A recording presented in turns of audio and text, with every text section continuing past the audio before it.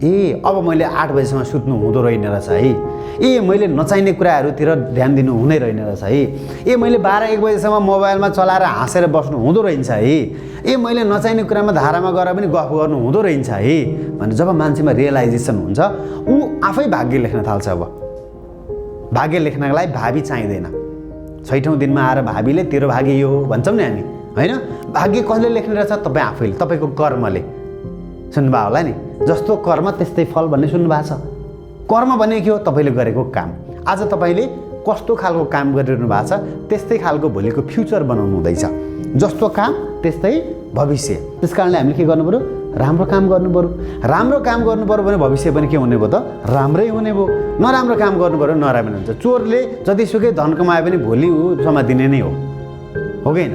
आज तपाईँले दुःख छ, गाह्रो छ, मेहनत गर्नुपर्छ दिनमा। त्यही भएर तपाईँलाई म भनिरहेको छु नि, दिनमा 10वटा खोज्नु, 20वटा राम्रो कुरा खोज्नुहोस् त।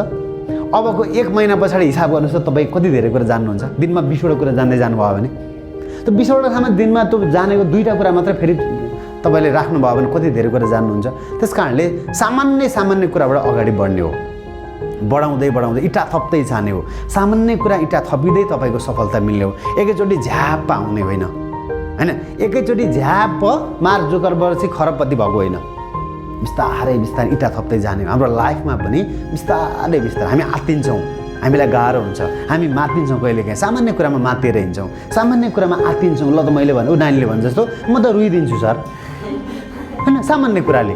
किनभने जब मान्छे आत्तिन र मात्तिन थाल्छ अनि हामीलाई समस्याले घेरिँदै जान्छ, हामी घेराबन्दीमा पर्न जान्छौँ, हामी अब निस्किन सक्दैनौँ, हामी उक्सिँदैनौँ, यति समस्या आउन सक्छ। अब अर्को जहिले पनि जब हामी सफलता चाहन्छौँ अथवा अगाडि बढ्नु छ, लाइफलाई राम्रो बनाउन चाहन्छौँ भनेदेखि चाहिँ एउटै मात्र कुरो छ, जे कुरालाई एक्सेप्ट गर्न सक्ने क्षमता क्या। जस्तो आज हिजो थिएन, गरेनौँ, थिएन, ठिक छ। हिजो किन आज छैनौँ हामी भन्दा हिजो केही गरेनौँ, आज त्यही भएर छैन। आज राम्रो गऱ्यौँ भने भोलि राम्रो हुन्छ। आज पनि हिजोको जस्तै गऱ्यो भने भोलि पनि भविष्य त त्यही हुनेवाला छ नि। आज पनि बच्चालाई जस्तो हामी संस्कार सिकाउँ भोलि बच्चा त्यस्तै बन्छ।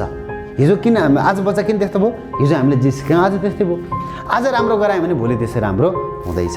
त्यस कारणले जे कुरामा पनि एक्सेप्ट गर्ने, जे कुराको पनि अब समस्या आउँछ त्यसलाई एक्सेप्ट गरेर अगाडि बढ्ने हामीसँग के हुनु क्षमता हामी डेभलप गर्नु पर्यो। भगवान् कृष्ण जहिले पनि हाँसिरहेको फोटो देख्नुहुन्छ। जहाँ जानुहोस् त भगवान् कृष्णले जहिले पनि हाँसिरहेको फोटो, कहीँ भगवान् कृष्णको चाहिँ ठुस्स परेको देख्नुहुन्छ फोटो? कहीँ पनि छैन। किन होला त? हेर्नुहोस् त, भगवान् कृष्णको कहानी, भगवान् कृष्णको तपाईँ कथा हेर्दै जानुभयो भने जन्मिनेदेखि दुःख पाएको पाइन्छ। त्यहाँ जस्तो दुःख पाउने त संसारमा कोही पनि छैन। कोही होला? जन्मियो, बाआमालाई जेलमा थुन्याएको थियो, उसलाई पनि मार्नको लागि सबै के हो 8औं पुत्र हो मार्नको लागि भनेर सबैले के गरे, उसको मामाले सबै तामझाम गराएको थियो। जब जन्मिन्छ मार्ने भनेर, मार्ने बित्तिकै बाआमा छुटे, कहाँ खोलाको बाटो आएर कसकोमा गएर बस्नु पर्यो हो। त्यस पछाडि ठुलो हुँदै जाँदा राक्षस आए, साराले मार्न खोजे। त्यस पछाडि के भयो? भका जसले बनाएको थियो, माया प्रेम गरेको राधिका पनि छुट्नु पर्यो हो, राधा पनि छुट्नु पर्यो। त्यस पछाडि जो बनाएका बाआमा थिए उनीहरूलाई पनि छोडेर फेरि कहाँ जानु पर्यो त? मथुरा जानु पर्यो। जतिखेर पनि के गर्ने, फेरि सबैसँग झगडा गर्नुपर्ने, अरूलाई मिलाइदिनु पर्ने, उसकै काँधमा आउने भनेको भगवान् कृष्णले जहिले पनि दुःखै दुःख पाए। त्यही पनि कृष्णको फोटोमा हामी देख्छौँ अहिले, जहिले मुसुक्क मुस्कुराएको, जहिले पनि अरूलाई मोटिभेट गरेको, जहिले पनि हेर्ने बित्तिकै शान्त भएको किन देख्छौँ भन्दाखेरि जति तपाईँभित्र पीडा छ नि त्यही पीडाले तपाईँलाई के बनाउनु रहेछ? शक्ति दिँदो रहेछ।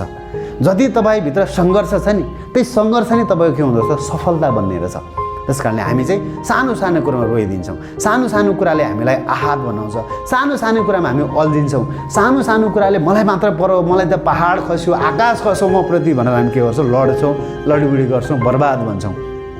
जब यो कुरा बुझ्छौँ अनि हामी सफलताका लागि, हामी यो शालीनताका लागि, खुसीका लागि कहीँ दौडिनु पर्दैन अरे क्या हामीलाई, होइन? हामी खुसी खोज्नलाई धन कमाउन जान्छौँ, हामी खुसी कमाउनलाई के गर्छौँ? फलानु मान्छेले मलाई सुख दिएन, त्यो मान्छेसँग पो भनेर हामी दुनियाँ मान्छे चाहर्दै हिँड्छौँ। अथवा हामीलाई सफलताका लागि, खुसीका लागि मेरा बाबुआमा कामै नलाग्ने भए, मेरा छोराछोरीले मलाई दुःख दिए, मेरा दाइ दिदीले मलाई सहयोग गरेर भन्दै हिँड्छौँ। होइन रहेछ क्या। तपाईँ ठिक हुनुभयो भने यो संसार त्यसै ठिक हुँदो रहेछ। तपाईँ ठिक हुनुभयो भने संसार त्यसै ठिक हुँदो रहेछ। बेठिक त तपाईँ बेठिक भएर पो भएको रहेछ नि त। तपाईँ ठिक भइदिनुहोस् त आजदेखि, त्यसै ठिक हुन्छ। हामीले किन नजानेको रहेछ भन्दाखेरि चाहिँ मानसिकता हाम्रो कमजोर बनाएर हो। त्यही भएर भन्छन् यदि तपाईँले मनस्थिति बदले परिस्थिति आफै बदलिन्छ अरे क्या। हामी मनस्थिति बदलेर हेरौँ त, म पनि सुखी छु, म पनि सफल छु, म पनि गजब छु, मैले पनि गर्न सक्छु, म चाहिँ किन नसक्ने, फलानुले गर्छ म चाहिँ गर्न नसक्ने भनेर लाग्नुहोस् त। तपाईँको दिमागलाई पनि जहिले पनि पोजिटिभ अटो सजेसन पाउँछ अरे क्या। जब दिमागले पोजिटिभ अटो सजेसन पाउँछ त्यही अनुसार तपाईँ काम गर्न थाल्नुहुन्छ, त्यही अनुसार मान्छेसँग भेट्न थाल्नुहुन्छ, त्यही अनुसार सङ्गत गर्न थाल्नुहुन्छ, त्यही अनुसारको मेहनत गर्न थाल्नुहुन्छ, अनि तपाईँको सफलता पनि त्यही अनुसार अगाडि बढ्छ। अनि तपाईँ जहिले पनि आफूलाई चिन्न थाहा पाउनुहुन्छ, चिन्नुहुन्छ तपाईँले।